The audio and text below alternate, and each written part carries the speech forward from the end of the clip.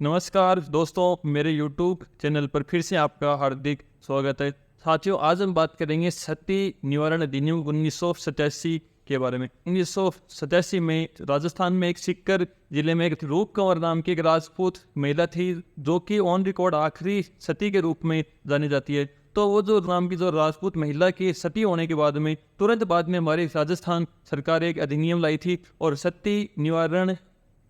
अधिनियम बनाए। और इसके तुरंत बाद में ये जो अधिनियम है, इसको हमारी भारत सरकार ने अडॉप्ट करके और इसको पूरे देश में लागू कर दिया। तो पहली बात तो ये कि सती निवारण अधिनियम के लागू होने की जो डेट है वो है 3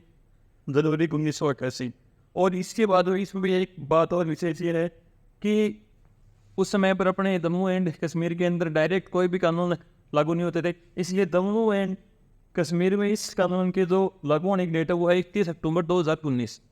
अब बात यह है कि 1987 में इसको हमारे राजस्थान ने बनाया था और 1988 में इसको भारत सरकार ने अडॉप्ट किया। लेकिन ऐसी बात नहीं है कि अरे जो भारत की जो सरकार है, राजस्थान की जो सरकार, उन्होंने 1987 से पहले उन्होंने कभी कोई कोशिश नहीं की। हमारे जो अंग्रेज थे और हमारे एक सम्मानीय व्यक्ति थे राजा राम मोहन राय, उन्होंने 1829 के अंदर तो हमारे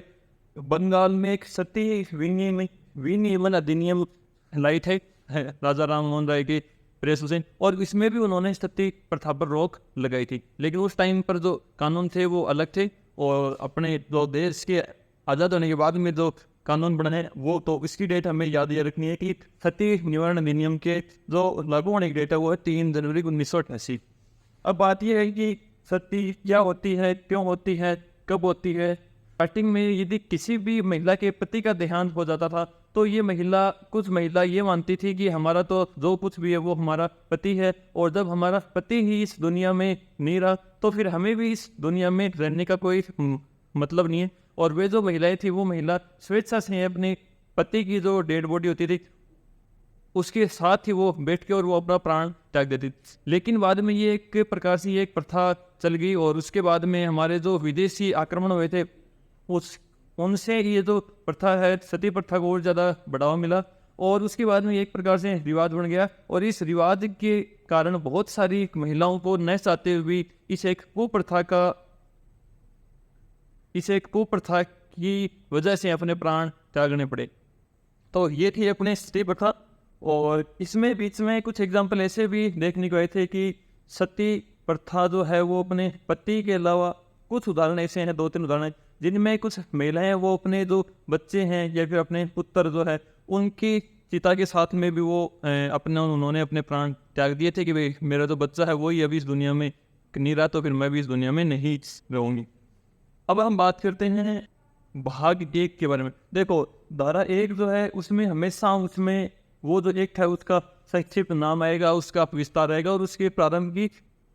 तिथि आएगी, और उसकी जो कोई भी एक तो उसकी धारा 2 में उसकी बारे में जो भी उसकी परिभाषाएं वो सारी आएंगी। तो इनके बारे में अभी हम कोई बात नहीं करते हैं, इसमें हम डायरेक्ट करते हैं भाग 2 के अंदर। तो भाग 2 की जो धारा 3 है वो ये बताती है कोई भी महिला यदि सती कर्म करती है, सती कर्म का अर्थ है वो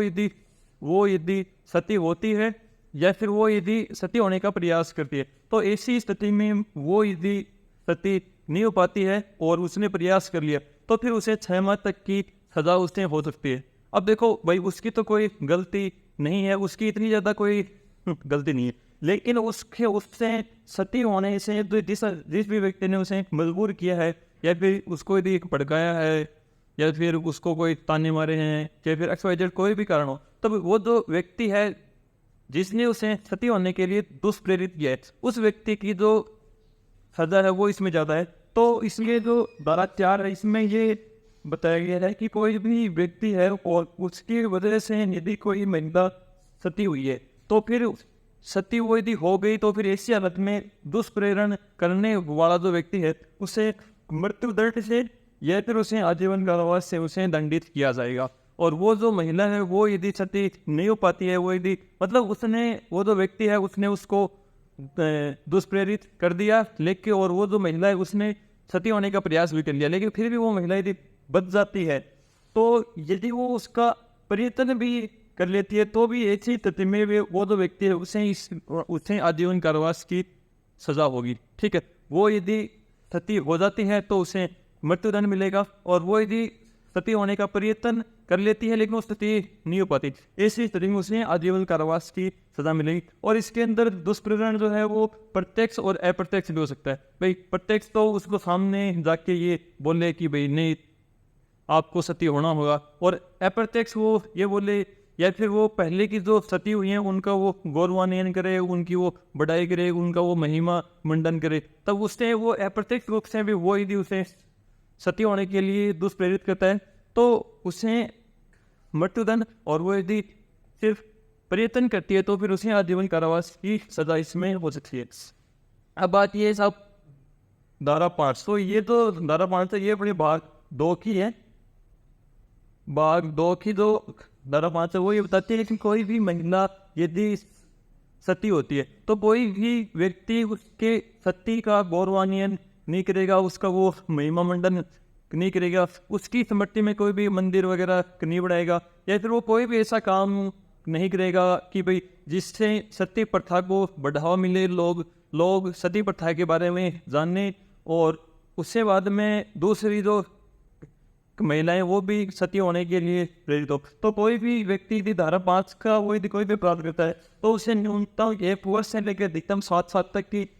सजा, और न्यूनतम 5,000 रुपये से लेकर 30,000 रुपये तक का जुर्माना। अब देखो वर्तमान में तो 5,000 रुपये की जो राशि है वो इतनी ज़्यादा नहीं है, लेकिन जब 1987 या फिर 1988 के टाइम पर 5,000 रुपये की राशि बहुत ज़्यादा होती थी, और जो कि बढ़कर अधिकतम 30,000 रुपये तक हो सकती है। तो ये है हमारे, देखो धारा 3 में है सती होने का प्रयत्न, फिर धारा 4 में है सती होने का दुष्प्रेरण, सती या फिर सती कर्म का दुष्प्रेरण, जिसमें वो यदि सती हो जाती है तो उसे मृत्युदंड या फिर आजीवन कारावास की सजा होनी है, और वो यदि सिर्फ सती होने का प्रयत्न कर लेती है और वो सती नहीं हो पाती तो ऐसे उसे आजीवन कारावास की सजा होती है। और फिर जो धारा 5 है इसमें यह है कि वो कोई भी सती का गौरवान्वयन करना, उसका महिमा मंडन करना, उसकी बढ़ाई करना, या फिर मतलब ये जो गौरवान्वयन है इसके अंदर सारा सब कुछ इसके अंदर आ जाता है। वो यदि ऐसे बोलता है कि भाई पहले सती हुई थी और उसके सती होने से उसके जो घर परिवार जो इससे बचता है उनको बहुत ज़्यादा धार्मिक लाभ होता है और भगवान इससे खुश होते हैं और ये है वो है। तो ऐसी कोई भी व्यक्ति यदि ऐसी कोई बातें करता है तो उससे न्यूनतम 1 वर्ष और अधिकतम 7 साल, न्यूनतम 5,000 रुपये से लेकर अधिकतम 30,000 रुपये की उसको सजा हो सकती है। अब देखो मेन तो सजा तो डायरेक्ट है वो यही है, मेन जो आपको याद करनी है वो धारा 3, 4 और 5 याद करनी, और इनमें भी आप यदि और ज़्यादा देखो तो आपको धारा 4 और धारा 5 आपको इसके अंदर याद करनी है, और इनकी जो सजा है वो भी इसके अंदर याद करनी है। सती प्रथा के ऊपर पिछले साल एक प्रश्न आया हुआ है। अब ये है भाग 3 जो है, भाग 3 में है कि सती प्रथा से संबंधित जो भी हमारे माननीय जिला मजिस्ट्रेट या फिर जिला कलेक्टर साहिबान होते हैं उनको ये जो अधिनियम है इसके अंदर कुछ विशेष प्रकार की शक्तियाँ दी हुई हैं। तो जो अपने धारा 6, 7, 8 है इसमें उनको जिला कलेक्टर को विशेष शक्तियाँ दी हुई, और ये जो धारा 6 है इसमें ये बताया गया है कि भाई यदि कोई जिला कलेक्टर है और उसको यदि ये लगता है कि इस स्थान पर कोई सती होने की संभावना है या फिर इस स्थान पर ऐसा कोई धार्मिक अनुष्ठान किया जाने की संभावना है कि भाई दो कि जिससे किसी सती प्रथा को बढ़ावा मिलेगा, तो जिला कलेक्टर उससे वो जो स्थान है इसके ऊपर पहले ही ये रोक लगा सकता है। वो जिला कलेक्टर की रोक लगाने के बाद भी कोई भी व्यक्ति यदि वहाँ पर ऐसा कोई काम करता है तो उससे वही सजा मिलेगी। अभी तो धारा 5 वाले जो बताए ना, न्यूनतम 1 वर्ष से लेकर अधिकतम 7 वर्ष की सजा, न्यूनतम 5,000 रुपये से लेकर अधिकतम 30,000 रुपये तक की सजा। फिर ये अपनी धारा 7 है कि जिला कलेक्टर जो है उसे ऐसे मंदिरों को गिराने का या फिर उसे उन्हें हटाने की शक्तियाँ मिली हुई हैं जो कि सती प्रथा को बढ़ावा देती। फिर अपने और यदि कोई व्यक्ति ऐसा हो जो कि जिसने मंदिर बना दिया और वो उस मंदिर को हटाने नहीं दे रहा, तो बाद में वो जो संपत्ति है उनको राजकीय संपत्ति घोषित करने की जो शक्ति है वो जिला कलेक्टर को धारा 8 के अंदर दी हुई है। अब हम बात करते हैं भाग 4 के बारे में। तो भाग 4 में जो है वो इसमें धारा 9, 10, 11, 12, 13 है। तो इनमें विशेष कोर्ट बढ़ाए जाएंगे सती प्रथा के लिए, और वो जो विशेष कोर्ट बनेंगे उनमें एक विशेष जो अपने जो अपर सेशन न्यायाधीश हैं ऊपर की जो रैंक के माननीय मजिस्ट्रेट होंगे, उनके लिए एक विशेष प्रकार के लोक अभियोजक आएंगे। तो ये सारे जो है ना प्रावधान ये एक एग्जाम में नहीं पूछे जाएंगे, तो ये सारे इसके अंदर दिए गए हैं। अब हम इसमें बात करते हैं भाग 5 के अंदर धारा 16 के बारे में। इसमें जो धारा 17 है ये बहुत ही एक विशेष धारा है और ये भी आपको याद रखनी है। हालांकि फिलहाल वर्तमान में सती प्रथा बिल्कुल नील हो चुकी है और ऐसा कोई भी जो मामला है वो पिछले काफ़ी सालों से 1987 के बाद से कोई सामने नहीं आया है, लेकिन फिर भी हमें तो एग्ज़ाम के लिए पढ़ना है तो पढ़ना ही। अब इसमें देखो ये जो धारा 16 है, तो धारा 16 में ये बताई गई है कि सबूत का भार उसके ऊपर होगा जिसके ऊपर आरोप लगा हुआ है। मतलब कोई व्यक्ति ए है और ए पर ये आरोप लगाया गया है कि उसने सती प्रथा का महिमा मंडन किया है या फिर उसने किसी महिला को सती बनाने के लिए प्रेरित किया, तो ए को इस चीज़ के सबूत ला के देने होंगे कि साहब मैंने ऐसा काम नहीं किया है। और वो यदि ऐसा नहीं कर पाता है तो फिर माननीय मजिस्ट्रेट ये मानेंगे कि उसने ये अपराध किया है, बात खत्म। अब हम बात करते हैं धारा 17 के बारे में। और धारा 17 में कुछ विशेष चीज़ ये है कि कोई भी जैसे गांव है और गांव में कोई भी महिला सती होती है या फिर सती प्रथा से संबंधित कोई भी धार्मिक अनुष्ठान होता है या फिर सती प्रथा से संबंधित कोई भी ऐसा काम हो रहा है जो कि ये जो 1/28 के अंदर प्रतिषेध किया गया है, तो फिर वो जो गांव उसके अंदर जो अपने ग्राम सेवक हैं, पटवारी हैं, स्कूल के जो हेडमास्टर हैं या फिर जो डाकघर के जो अपने जो हैं पोस्टमैन वगैरह हैं या फिर बिजली विभाग के जो लाइनमैन वगैरह हैं या फिर वो जो गांव में जो भी स्कूल है तो उस स्कूल के कोई टीचर्स वगैरह हैं या फिर वो जो गांव का जो अपने पुलिस थाने का जो बीट कांस्टेबल, तो जो भी गांव के अंदर राजकीय कर्मचारी लगे हैं उन्हें इन सभी सती प्रथा से संबंधित सभी सूचनाओं को आगे पुलिस स्टेशन और माननीय मजिस्ट्रेट को देनी होंगी। और वो यदि ऐसा करने से चूकते हैं तो फिर उन्हें इसमें 2 साल तक की सजा हो सकती है उन सरकारी कर्मचारियों को। तो ये था हमारे सती निवारण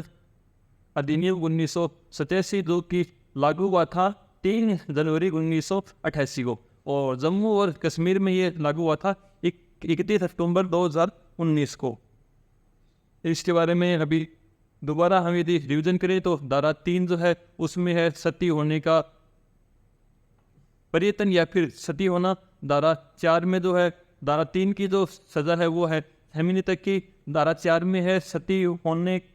का दुष्प्रेरण। इसमें वो यदि वो महिला या फिर वो मतलब यदि ज़्यादा अच्छे से बोले तो फिर वो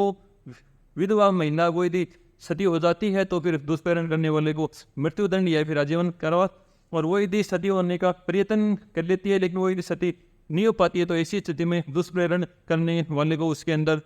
अपने आजीवन कारावास की सजा उसमें हो सकती है। फिर इसमें धारा 5 जो है वो ये बताती है कि सती क्रम का यदि कोई व्यक्ति गौरवान्वयन करता है तो फिर उसे एक मिनिमम उसे 1 साल से लेकर 7 साल तक की सजा हो सकती है और इसके लिए उसे आर्थिक दंड के रूप में 5,000 रुपये से लेकर 30,000 रुपये तक का उसको आर्थिक दंड भी दिया जा सकता है। फिर अपने स्टेम जो भाग 6 है इसके अंदर ये बताया गया कि भाई जिला कलेक्टर जो है इसको यदि ऐसा कोई विश्वास हो कि भाई ये जगह है इसके ऊपर ये जो अधिनियम इससे संबंधित कोई काम होगा तो वो उस जगह पर ऐसे किसी आयोजन को लेकर रोक लगा सकता है। और जिला कलेक्टर के रोक लगाने के बावजूद भी वहाँ पर यदि किसी व्यक्ति के द्वारा कोई भी ऐसा अपराध किया जाता है तो फिर उसे सेम वही सज़ा मिलेगी। न्यूनतम सज़ा 1 वर्ष से लेकर अधिकतम सज़ा 7 साल तक का कारावास और उसे 5,000 रुपये से लेकर 30,000 रुपये तक का जुर्माना। और बाद में आगे इसमें जो धारा 17 है उसमें यह बताया गया है कि इसमें कुछ व्यक्ति हैं विशेष जो कि सरकारी कर्मचारी हैं, उनमें मैक्सिमम या फिर सरकार के द्वारा नियुक्त किए गए अधिकारी हैं जिनकी ये जिम्मेदारी है कि वो अपने एरिया में यदि कोई भी इस अधिनियम का उल्लंघन से संबंधित उनको कोई भी सूचना प्राप्त होती है तो वो इस सूचना को आगे पुलिस स्टेशन और माननीय मजिस्ट्रेट तक भेजेंगे। और वो यदि ऐसा करने से असफल रहते हैं तो फिर उन्हें भी इसमें 2 साल तक की सजा का प्रावधान है। तो ये जो वीडियो है इसमें सती प्रथा से संबंधित मैंने सारा कवर कर दिया है। और इस वीडियो में आपको यदि कोई अच्छी जानकारी मिली हो या फिर आपको यदि कोई नई चीज़ सीखने को मिली हो तो आप इस वीडियो को लाइक और इस पर एक कमेंट कर देना। जय हिंद, जय भारत।